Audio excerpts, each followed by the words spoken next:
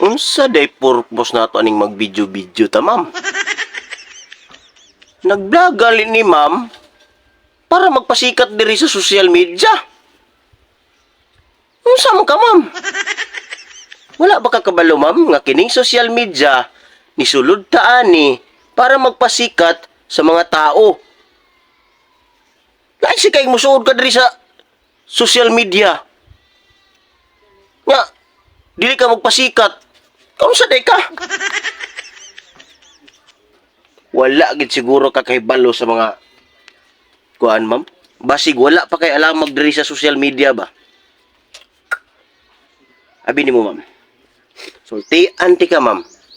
Kanang mga tao nga naghimo og video dinhi sa social media, ang tawag ana nila, nagpasikat na sila.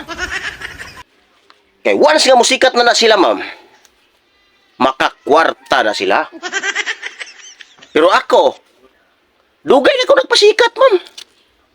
Hangtod karon, wa lang gyapon ko'y kwarta. Mauna nga, kung dili ka kaangay, ma'am, sa amo kong mga video, pwede ragi kang di mo tanaw. Wa ko magkinahanglan nimo eh.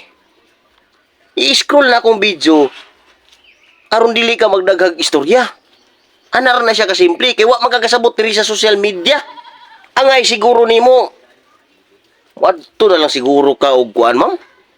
Balhin kag laing network siguro or balhin ba kag laing planeta. Para dili ka maugtas sa mga tao diri social media eh. Kay wala mong kailamag di sa social media ba? Klaro kay na imong comment oh.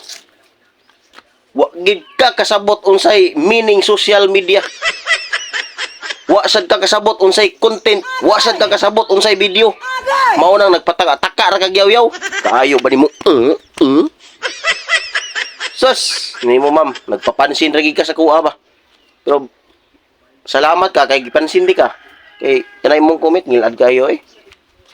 Sus, smooth lang. Pahawa pa ka diri sa kuang balay.